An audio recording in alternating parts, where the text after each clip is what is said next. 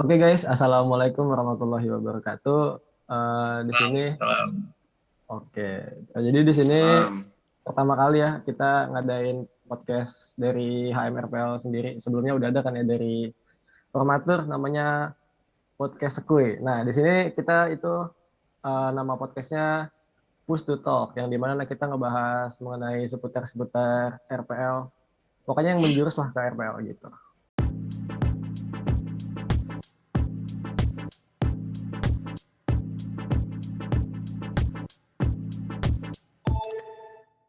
Oke Jack, gimana Jack? Perkenalin ini dulu dong, hostnya dulu dong. Dari lu coba. Oke. Dari gue ya. Eh Kenalin diri gue ya. Diri gue sendiri itu Andrew Dharma dari jurusan S1 Rekayasa Perangkat Lunak. Gimana lo Jack? Kalau lo gimana? Perkenal. IG-nya apa bang? IG-nya apa bang? IG-nya? Mau IG-nya? Ada? Di des, Oh di nanti. des, di des. Oke. Oke. Perkenalkan semua teman-teman, nama gue Zakri Bahtiar. Gue sama Andrew ke depannya bakal jadi host kalian dalam podcast ini. Nah, kita hari ini udah ada dua narasumber atau tamu.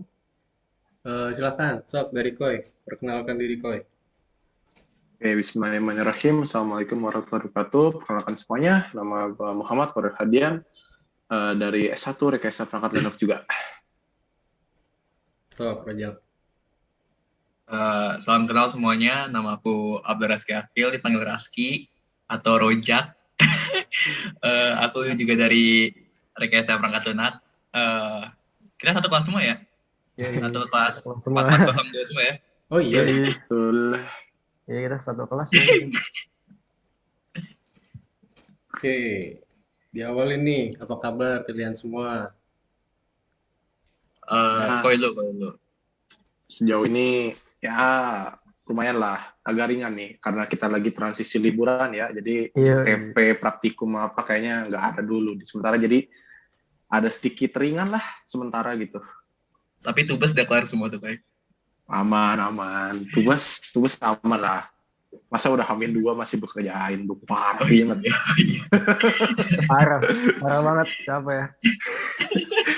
Parah banget. Gue ya. Ya. Sehat sih. Sejauh ini kan juga baru minggu kedua UTS ya. Udah di akhir-akhir minggu UTS juga. Jadi ya sama kayak Koi. Udah sejauh ini aman. Tinggal yang nggak aman paling tinggal nunggu nilainya gitu. Masih deg-degan. Nah iya betul tuh. Betul. Parah sih. Lagi gimana gitu kalau nilai kan. Bentar, Nah. di sini di-cut ya, Andrew ya. Ini pengen gue benerin dulu kameranya. Ki, Oke. lu bisa naikkan dikit nggak, Ki? Guanya apa kameranya? Iya. Atau enggak kamera lu turunin gitu. Oh, kamera gue turunin. Parah. Nah, Gini. lu ke kiri coba. Ke kanan berarti. Oh, nah, oke, kirian lagi dikit. Oke, cakep, good. Andrew, lu ke kanan. Ke kanan terus coba. Kanan gini. Iya, ke kanan. Oke, pas. Jangan gerak ya. Good. Oke. Cut. Ini cut. Oke. Lanjut. Tadi sampai mana tuh? Lanjut. Sampai Juga tanya kabar. Basa-basi kayaknya. Iya, Di sini, masih cut. basa-basi nih. Cut di sini. Mulai. Action. Oke, selanjutnya nih gue pengen nanya ini kalian. Kesibukannya di samping kuliah ada apa aja? Boleh dari Koi? Sibukan gue samping kuliah sebenarnya banyak banget sih kalau kesibukannya. Ada acara organisasi eksternal sendiri, terus ada acara-acara kayak pengurusan pelatihan e-sport dan lain-lain, dan juga mungkin gue ya belakangan ini lagi banyak kerja di bagian logistik lah untuk nganter-nganterin barang doang. Paling sih kalau kesibukan gue sejauh ini baru itu sih. Sebagai mahasiswa ya. Iya, Gimana benar. UTS? UTS kalian gimana? Lancar kan ya? Aman, Bro, aman. Aman ya. Progresnya sih aman, tapi hasilnya nggak tahu. Iya. Kita tunggu saja ya. Iya sih, Koi kalau masuk UKM apa-apa, masuknya logistik deh. Kenapa, Koi? Simple ya, memang gue dari dulu emang dari semenjak SMP itu udah sempet suka gitu sama yang namanya atau antara ngumpulin barang, nganterin barang ataupun menjaga barang itu gitu. Jadi ya masalah logistik gue udah favorit sih, Gila, berarti Amazing, eh, amazing. bisa jadi. Abdul, kesibukan lo apa, Dul? Nggak jauh beda sama Koi kalau yang di sekitar kampus ya UKM sama organisasi gitu juga. Sama ada lab gua ada di computing lab. Sama. Tapi di luar Telkom, gua sekarang lagi ikut bootcamp sih sebenarnya, tapi ya udahlah ya. Ya ikut bootcamp Ya udah lah ya. gitu. Ya udahlah ya. Oke, langsung masuk. Pokoknya kita hari ini tuh ngebahas tentang future jobs. Gue Jadi, minum boleh nggak nih ya? oh boleh sambil minum dong sana. Biar Tapi nggak kalau sakit. ditayangin pas puasa kan jadi agak gimana gitu. Enggak. Apa? Jauh nanti. Iya. Oke. Kan kita recordnya malam ya guys. Disclaimer. Hmm. Nah. Jadi kita hari ini tuh mau ngebahas tentang future jobs dari kalian masing-masing nih. Punya future jobs apa dari keinginan kalian nanti pas sudah lulus gitu. Setelah lulus. MC-nya ngejawab juga nggak? Nggak perlu. Eh, Itu confidential. spill dikit bisa lah nanti. Spill dikit. Oke. Oke. Kira-kira apa sih future jobs kalian gitu? Kalau misalnya nanti kalian udah lulus dari kuliah, mungkin bisa dari Raskin dulu gimana sih future jobs lu nanti? Kalau future jobs, gue masih belum ada yang pasti ya. Tapi udah ada kandidat-kandidat. Maksud kandidat tuh kayak gue pengen kesini sama pengen kesana. Kalau yang selaras sama RPL kan, palingan gak jauh-jauh dari mata kuliah tuh. Jadi ada UI UX, desain gitu kan, web programming. Tapi yang gue kepengen banget itu sebenarnya sih data science. Soalnya entah kenapa gue kayak kepengen aja gitu. Jadi nggak mainstream banget itu jadi UI UX terus kebanyakan kan. Iya, Jadi benar. pengen gitu ya. Tapi lebih sulit nggak sih data science tuh? Kayak lebih rumit aja. Iya benar. Soalnya kan apa ya, data science kan kayak penerapan matematikanya lebih banyak daripada UI UX ya. Iyalah jelas lah. Iya, UI betul, UX betul. kan Nah, lebih ke desain ya. Iya, Nah. lebih ke desain. Iya, jadi ya kalau ditanya lebih susah ya iya susah. Iya sih, emang lebih susah, tapi gaji juga lebih gede nggak sih data science? Nah, itu dia, Drew. Kalau ngomongin gaji kan itu secara duniawi ya, Drew. Kalau di Iya, Indonesia betul. aja kan, mana gue tahu, Drew. Iya sih, betul. Oh iya betul. Oke. Bagus. Future jobnya bagus nih. Gimana? Nyambung Kalau ya. Koi gimana Koi? Nyambung Iya. ya future jobnya sama jurusan. Kalau gue future job gue dari RPL nih, kayaknya dari semester 1 gue masih belum berubah, yaitu jadi game developer. Sampai sekarang gue juga lagi coba-coba implementasiin apa yang udah gue belajar gitu, dari Strucdat sampai sekarang base buat itu namanya database ya. Tapi kayaknya database itu kepakainya buat game online kayaknya. Kalau buat offline masih ya kadang hybrid kepake atau enggak, tergantung, it depends. Tapi dari tujuan gua ke game developer itu kayaknya masih jauh banget deh dari kenyataan. Soalnya berdasarkan yang gua belajar baru if else, enum, public void, array, dan beberapa materi dari Strucdat itu kayaknya nggak semuanya kepake gitu dalam game developer. Tapi overall ya masih nyambung lah sama jurusan ini gitu. Iya. Soalnya soalnya kan RPL juga luas aja, kayak kita bisa kemana aja gitu. Kayak desain juga masih bisa, ngoding juga masih bisa. Mau jadi CEO, waduh, developer kan, startup Amin. Kalau nggak salah di Telkom ada ya yang kayak gitu ya, Ki? Apa tuh? Yang ngebiayain kita jadi startup gitu. Jadi kita gue pernah dengar tapi gue nggak nyari lebih dalam lagi. Tapi waktu awal-awal pas apa tuh yang pembukaan mahasiswa baru tuh apa sih acaranya tuh namanya? Innovillage. PPKMB apa sih? PKKMB. PKKMB. Oh. Itu kan kalau nggak salah ada di tahun kita kan ada yang ngundang materi atau alumni gitu. Nah, dia lulusnya itu bukan secara skripsi tapi secara project atau startup gitu. Nah, itu katanya bisa dari Telkom, tapi gue juga nggak tahu dah itu gimana. Oke, lanjut nih ke pertanyaan selanjutnya buat kalian. Langkah awal apa yang udah kalian ambil? Jadi step-step apa nih yang udah kalian lakuin buat nge-achieve dream job kalian? Mulai dari Koi. Oke. Kalau dari gue buat nge-achieve dream job gue sebagai game developer, gue udah nyoba-nyoba tipis gitu, kayak mainin seperti RPG Maker, terus kayak how to make your game in Python. Kalau dari sekian progres yang gue udah belajar sih masih kayak 20% gitu, masih jauh banget dari dream job yang gue pengen. Jadi ya ada sedikit progres lah, cuman nggak signifikan gitu. Oke, mantep Koi. Udah mulai-mulai gitu berarti ya, nonton tutorial YouTube gitu Koi. Tutorial itu kadang bener, kadang sesat sih. Iya, benar. Kadang juga ada yang buat cuman promo ini doang, kayak promo promoin ads kayak gitulah. Tapi ya overall masih ada ilmu yang bisa gua pakai gitu. Iya, setuju. Lanjut ke Raski. Langkah apa nih? Eh, Langkah awal apa nih? Langkah gue apa ya? Selain masuk Telkom, gue ikut bootcamp yang tadi gue bilang tuh. Soalnya bootcamp yang itu juga topiknya nggak bahas data science, jadi ya selaras gitu. Baru Itu sulit bootcamp nggak sih? aja berarti.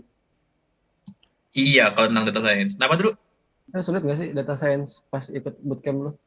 Susah Dru, susah. Sumpah, susah banget dah. Apalagi di semester ini kan, lu tahu semester ini Dru. Iya. Ngambil pengalaman pengguna lagi. Iya, Gila. RPL. Iya. Semua RPL ada dibabat. 3 praktikum kan. Terus gue ngambil mata kuliah atas juga. Dia Waduh. sendiri lagi yang ngambil. Nggak ada temen. Iya, Gila, gue gila. sendiri lagi yang ngambil. Gila. Gua Ya, bakal betah. yang bikin berat sih itunya sih Dru. Waktunya, soalnya buat belajar kan kalau kuliah juga kan kebanyakan belajar sendiri ya. Nah, di bootcamp juga harus gali sendiri juga. Nah, waktu gali sendirinya itu yang kurang. Makanya kalau dianggap susah ya susah. Itu berapa lama bootcamp? Ntar 3 bulan, 13 minggu. Iya, 3 bulan ya, 13 minggu, 3 bulan ya. Iya, 3 bulan. Iya. Iya, Bagus. Koi lu ada ikut ini Koi, bootcamp juga Koi, tentang kayak atau nggak webinar nih kayak lu pengen tahu banget gitu tentang game development. webinar dong. Waduh, kalau sampai webinar ya, kemarin gue pernah ikutan tuh How to Develop Your Game 2.0 2021. Apa yang gue simak, nothing at all, nggak ada yang kepake. Sumpah, yang gue pakai cuman sertifikatnya doang, ilmunya kayak ya main game tools kayak gini harus serba adaptif gitu. Ya masalahnya kan kita kayak experience gitu kayaknya udah banyak ya kalau masalah main game ya. Iya. Cuman yang paling butuh gue itu kayak metodenya gimana sih gitu. Bahasa apa sih yang cocok ya gitu. Bahkan kayak game-game semua populer kan nggak semua pakai programming language yang sama ya. Kayak contoh aja kayak Mobile Legends itu dia kalau nggak salah pakai ini deh. Dia pakai C, sama kayak PUBG juga dia C juga. Iya. Apa yang gue ambil tarik materi di situ nothing at all gitu, jadi nggak ada yang bisa gue ambil. Yang gue ambil cuma isi sertifikatnya doang. Terima kasih gitu, gue dapat hak tambah. Udah. Oke. Bagus. Apalagi dulu tuh ngejar TAK ya, sertifikat lebih penting ya. Betul. Hunting, jangan hunting TAK. Iya. Sekarang udah enggak kan ya? Kalau nggak salah udah nggak jadi syarat. Udah enggak. Udah bukan syarat lulusan lagi. Oke. Itu kan tadi langkah-langkah awal ya. Terus kalau punya ini nggak sih? Kan kita harus maju nih. Langkah awal kita harus step. Setelah lulus kita harus maju kan. Nah, itu punya ini nggak sih? Kalian punya kayak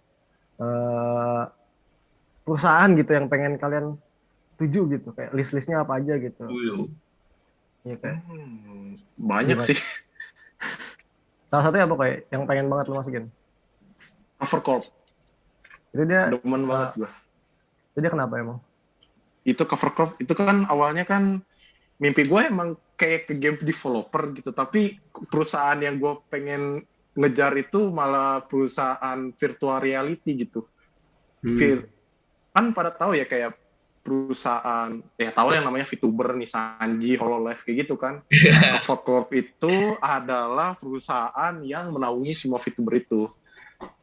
sejauh ini mereka nggak butuh software apa ya, kayak software engineering kayaknya belum butuh deh. Mereka kayaknya lebih butuh ke desain sama 3D art performance kayak gitu. Cuman yang gue pengen kerja sih sejauh ini baru sampai situ sih.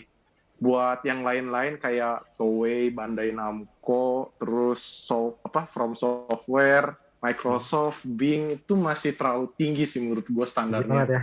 Dan iya, dan diri gue gitu yang belajarnya if else doang.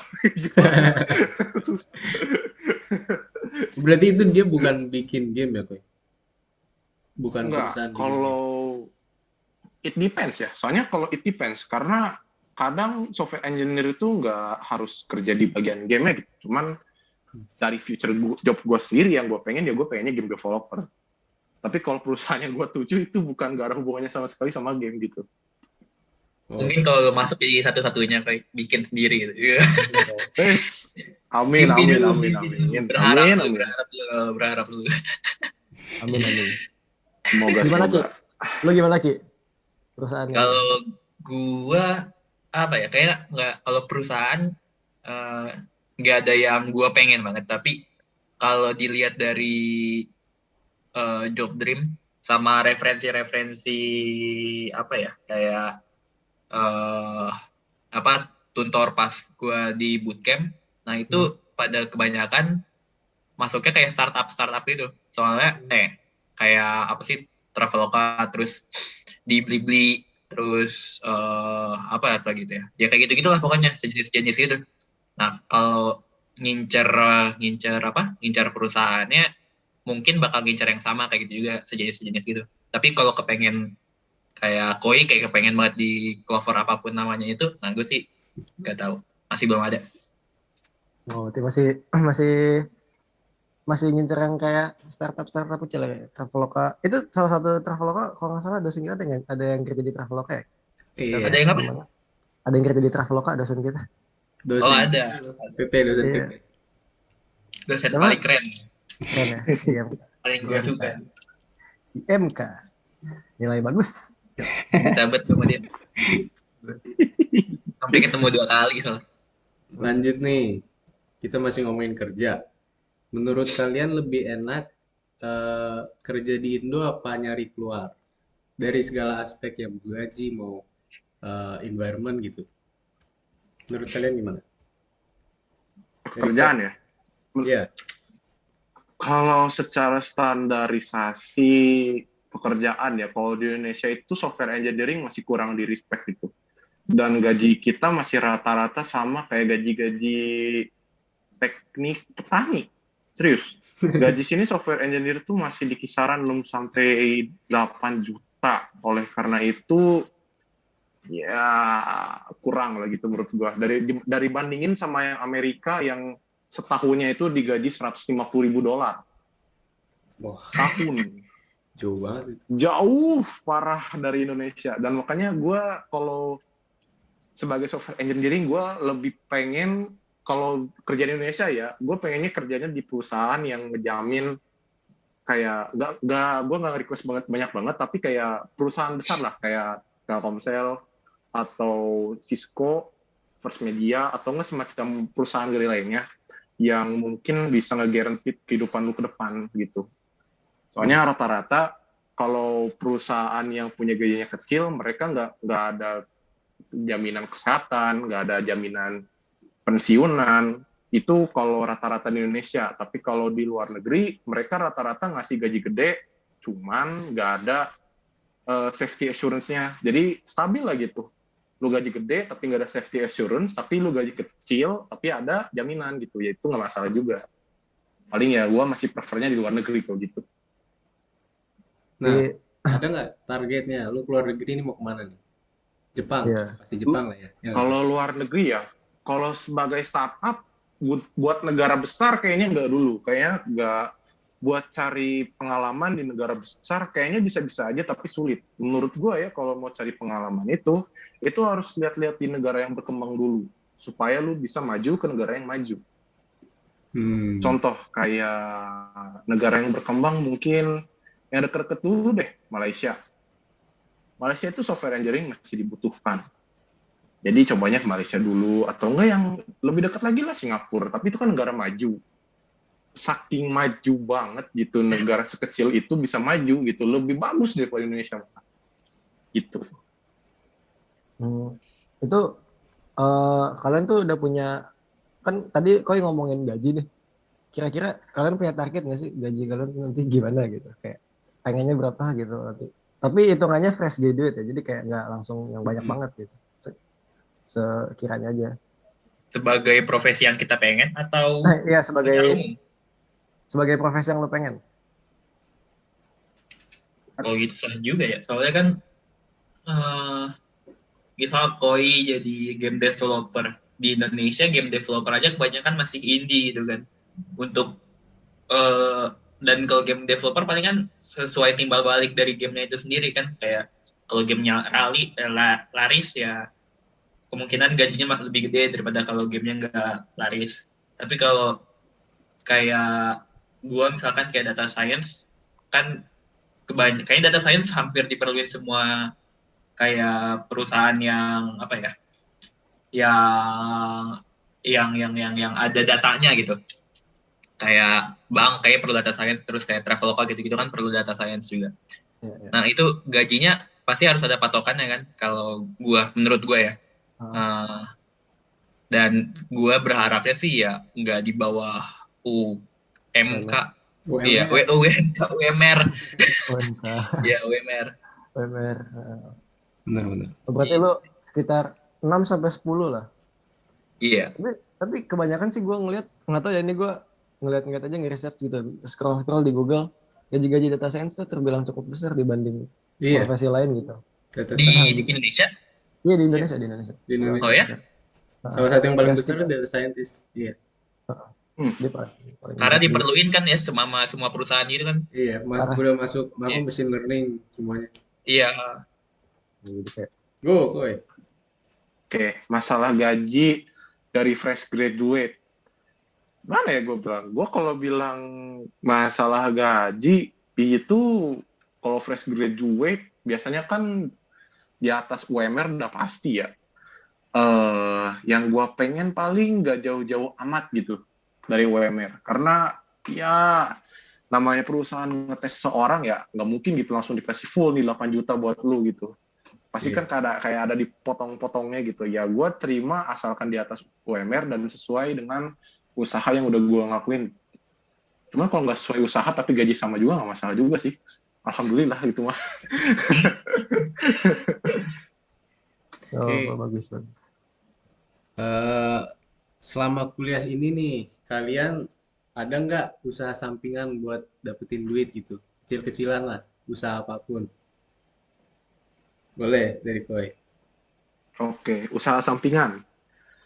Gua usaha sampingan ini sejauh ini ada 4. Yang pertama, gua masih lanjut nih yang namanya joki main game. Terutama di akun Mobile Legends itu udah kayak main job gua selama kuliah gitu. Cuman rasanya kayak sampingan main job gitu. Jadi masih oke gitu. Terus yang kedua, iya.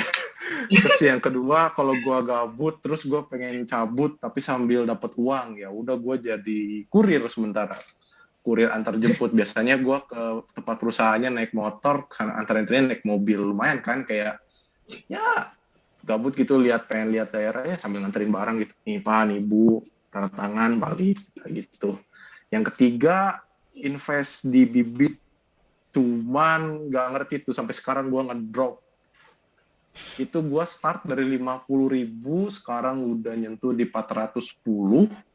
Cuman sekarang lagi turun lagi 370, gue nggak ngerti kenapa tuh. Jadi ya gue lihat progresnya aja, kalau misalkan turun banget, gue tarik gitu. Dari 50 ya? Dari 50? Dari 50? Dari 50.000? Nggak, gue apain? Seriusan Koi? 50.000. Itu berapa lama Koi? Tahun. Bener. Setahun. Lama. Itu lama banget. Invest apa Koi? Reksadana? Bukan, bibit. Bukan. Gue kira reksadana. Nah, terus yang keempat, itu gue sekarang lagi coba ini. jualan barang bekas karena gue ada banyak barang bekas gak dipakai. Kadang gue jual sejauh ini masih secara private ya, karena gue tanya, ini gue nggak kepake nih, mau dibeli nggak? Oh ya udah boleh. Bahkan gue kemarin sempat kepikiran tuh gue jual motor terus beli motor lagi yang baru gitu. Buset. Pikiran gue ya, cuman ya sampai sekarang masih belum ada profit lah sih, masih ada profitnya goceng 10.000 gitu. Goceng ceban terus cepet belum sih, tapi kalau sampai ceban pernah. Akhirnya gue pakai beli gorengan juga sih. Buat bukaan ya, takjil. Takjilnya. Ya Tapi paling bagus, gitulah bagus. buat apa, side job gue yang selalu ini. Iya kan, daripada nganggur diem-diem aja, duduk-duduk. Oke. Nah, tadi kan dari Koi itu coba Abdul selama kuliah Abdul ini lagi sih anjing. ada nggak lu usaha sampingan buat dapet duit kecil-kecilan gitu? Kalau gue malah nggak ada sama sekali ya. Tapi pengen sih sebenarnya, tapi nggak ada apa ya, nggak ada usaha juga gue mau kerja apa. Buat kayak freelance juga nggak tahu mau ngapain. Palingan kalau apa? Kalau invest Kalau nggak ada investasi gitu. iya itu palingan bukan investasi sih gue, sama kayak Koi, tapi gue lebih ke reksadana tuh kayak Andrew di Bibit juga, reksadana Bibit kayak gitu. Jadi Itu kan resikonya juga gitu ya. kalau reksadana kan sama kayak nabung biasa ya Andrew ya, tapi Ya. bedanya ada campur tangan apa tuh? Iya, kayak manajer gitu ya. Iya pokoknya ada kayak apa ya? Ada Apa ya namanya ya? Nggak tahu apa juga. sih gue juga aduh, Bentar. Broker ya, Gimana broker. kalau kita- Tapi bukan orang-orang yang ngurusin uang kita kan? bukan. Kalau reksadana tuh ada yang ngurusin, ada manajer. Kita nggak gimana milih kalau gue sendiri. cek Bibit? Coba cek. Reksadana tuh gitu, kita nggak milih sendiri, jadi Pokoknya- ditaruh ke orangnya yang Iya, jadi kita khusus gitu kan, apa kayak udah tinggal aja gitu. iya. Nah, nih gue cek dulu nih. Apa ya namanya tuh? Kalau nggak salah bisa ini deh. Apa? Bisa bikin portofolio sendiri ya Bibit. Ya? saham Saham nggak sih? Lu ada nggak nih yang main kripto gitu, trading? gue 2021 pernah. Gue nyoba Udahan tapi gua. udah dia sama Koi. Dan gak laku. Kayak nggak bisa diandelin gitu. Ya. Kok gitu? Soalnya kan Gimana hampir kayak hoki-hokian ya. Kalau bisa baca grafiknya aja juga hoki-hokian. Gitu. Iya. Sebenarnya grafik dari cryptocurrency itu tergantung dari aluran apa sih, hampir nyambung kayak geraknya Bitcoin juga, dan sekarang Bitcoin lagi turun 200%. Parah banget. Makanya udah nggak bisa di-rely banget. Jadi awalnya yang cryptocurrency laku nih 2021 banyak yang make, jadi turun. Sekarang kan naiknya Tadi- NFT itu lo pada main nggak? Enggak. NFT lagi, lebih gak guna lagi kalau kata gue mah. Jangan siapa tahu kan. Kan lagi boomingnya NFT sekarang. Gue Iya, juga guys, tadi ini Aplikasi gue sih mau, tapi kalau beli kagak. iya kan gimana? dapat ya kan. Screenshot. Iya Iya screenshot. kan. Orang bilang kepemilikan ya Allah. Gue tanda tangan di atas materai juga jadi punya gue itu.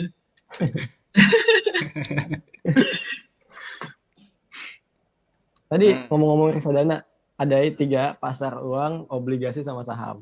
Nah, Ada iya. tiga. Itu. Nah, Ya. Jadi Obligasi itu kayak surat hutang gitu kan? Kalau nggak salah gue baca. Ya. dan itu resikonya beda-beda, jadi kayak kalau misalnya mau makin parah ya sahamnya makin gede gitu. Tergantung sih. Resikonya. Lu mainan gitu dulu? Reksadana tuh? Dulu kalau reksadana ada, tapi kan kalau reksadana juga harus kayak nabung jadi jatuhnya lo. Iya. Jadi kayak per bulan lo kayak ngedepol berapa buat reksadana lo. Itu kan nanti buat portofolio juga, jadi kayak misalnya lo punya rencana nih pengen punya rumah di umur berapa, ya itu lo rencanain dari reksadana di situ. Ada targetnya gitu. Nanti lo mau nyampe beli rumah gitu. Udah deh di tahun berapa sampean. Tapi lo harus konsisten juga nabungnya gitu, nggak nggak lu terserah lu, itu juga nanti makin lama targetnya nggak nyampe-nyampe juga kan, kayak udah lah harus konsisten. Kalau gue sih belum ada ya main-main gitu. Soalnya gue nunggu ada pemasukan gitu. Jadi ada yang gue depo. Gue belum ada. Kalau masih uang jajan gue nggak berani deh masuk-masukin itu. Buat makan juga misalnya. Ceban dulu aja, Nyoba-nyoba. cek ceban. Iya. Masukin celengan babi gitu, ada celengan ayam. Iya benar. Ceban. Yang penting nabung kan ya. Iya. Lanjut. Nih. Hampir selesai nih. Kalau kalian dikasih kesempatan buat berkontribusi ke masyarakat di Indonesia dalam Berat ya. teknologi atau bidang apapun, kira-kira kontribusi kalian apa ke depannya gitu? Boleh, sok dari Koi. Kontribusi gua buat Indonesia. Pertama nih, gua pengen ngefix beberapa LMS di universitas lain. Terutama nih ya LMS negeri itu sumpah kacau parah cuy. Lu Kacau lihat ya ya, kalau LMS Telkom ini kan udah keren gitu, mantap. Hmm. Ya dosennya kadang ada yang gaptek gak ngerti gitu. Iya. Ini LMS UPI nih satu UPI itu udah parah banget, jelek pokoknya. Gue pengen nilai itu kayaknya gak cocok gitu di zaman sekarang. Pengen gue rombak gitu. Dari fontnya aja udah kayak gak enak dilihat cuy. Terus dari beberapa database-nya tuh kadang ada tuh udah nge-send, cuman gak ke-send. Jadi sama dosen gak keterima. Itu berdasarkan teman-teman gue yang di UPI tuh. Jadi harus ke-send ke dosen iya, ke email iya, ke LMS iya, 3 kali mereka nge-send. Buset. Waduh, bahaya juga kan. Terus next, gue pengen ngadain LMS buat anak-anak SMP dan TK dan SD juga. TK Koi. TK. Oke. Ini ya, gue semenjak ada berita Ukraina yang kejajah ini, itu kan banyak kan ya. Itu tuh di samping Ukraina itu ada negara canggih banget yang anak SD aja udah diajar bahasa pemrograman gitu. Anak SD ada materi sekolah bahasa pemrograman. Itu udah gila parah, berarti anak SD bisa dong, anak TK atau SD bisa dong pakai LMS gitu. Udah stres apa ya, ngodik. Cuman kayak mereka lebih butuh guide panduan gitu. Notifikasi panduannya harus sering nyalain gitu supaya gak lupa. Gitu. Mungkin kalau SD coding tuh kayak make yang itu di semester 1 ada pengenalan pemrograman tuh pakai apa gue namanya? Scratch ya, Scratch. Python. Scratch. Iya, Scratch ya, pakai gitu tuh. Bikin game. Iya benar. Gue ngeliat itu. Apa iklan-iklan di IG tuh. Anak kecil yang iklanin ya? Anak TK ngoding pakai Kayak puzzle gitu. Tapi masih belajar logikanya ya, belajar logika pemrograman. Belajar logik ya. Gila, teman masih kecil udah dikasih makan ngoding.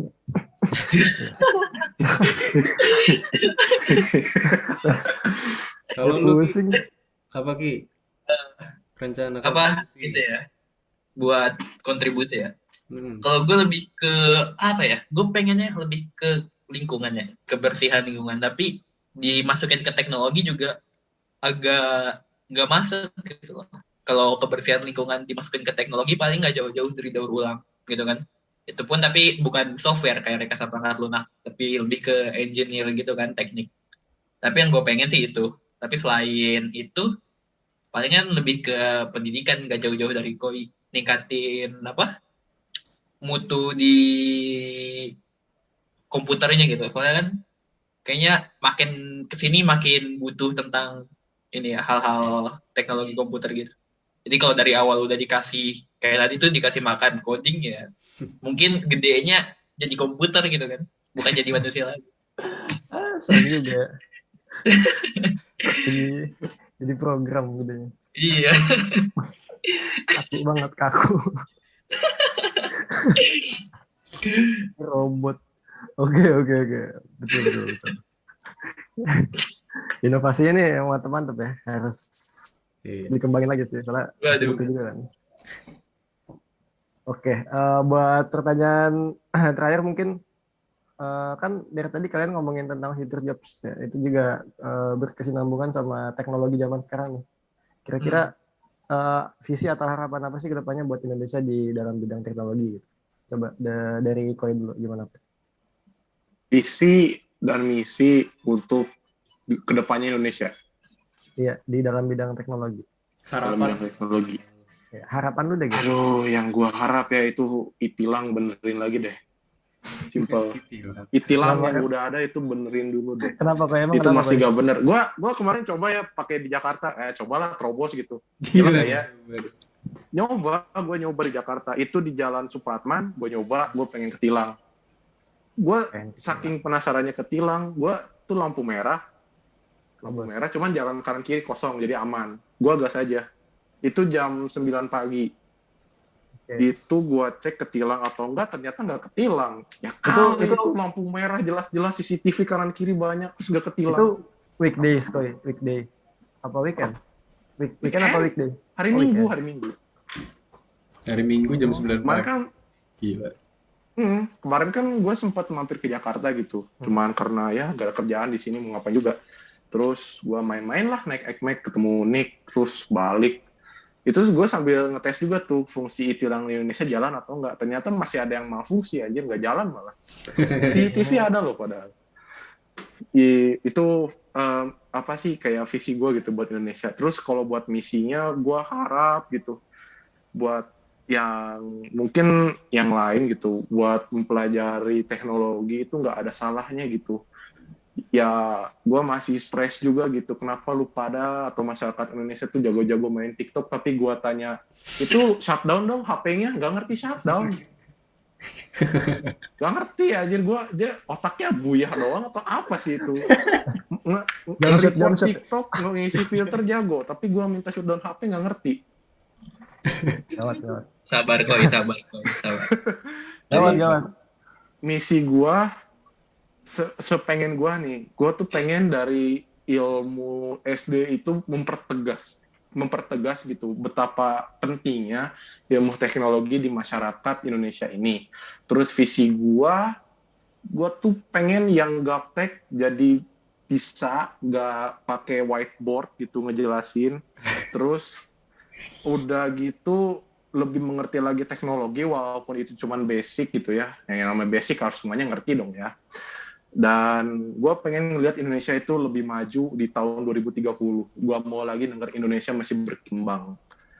Bagus. Nah, dari lu Ki, so visi misi lagi, visi atau harapan ke depannya? Harapan gue sih buat Indonesia di soal-soal teknologi yang jelas kualitasnya harus lebih bagus dan kalau kualitas lebih bagus pasti tentang kemampuan orang yang jago di bidang tersebut pasti lebih diakuin. Dan sebenarnya banyak nih yang bagus-bagus tapi kan nggak kelihatan gitu sama perusahaan-perusahaan. Contoh kayak di badan situs cyber aja kan pernah ke-hack tuh. Nah itu kan badan cyber yang harusnya ketat aja ke-hack gitu sama orang Indo kan.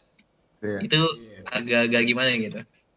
Kan bisa gitu yang di hacknya diundang gitu jadi tukang security-nya itu bisa aja gitu. Banyak kan kayak gitu ya yang ngehack terus direkrut jadi nggak kalau gitu gue nggak tahu dah beneran ada atau enggak tapi kan kalau beneran ada lucu juga Andrew. Itu kan mereka paling cuma pengen emang nyari masukan aja nyari duit ya atau nggak dia nyari eksistensi ya kan kayak gue bisa ngehack nih terus dia ngehack program apa web dari pemerintah kan. Iya.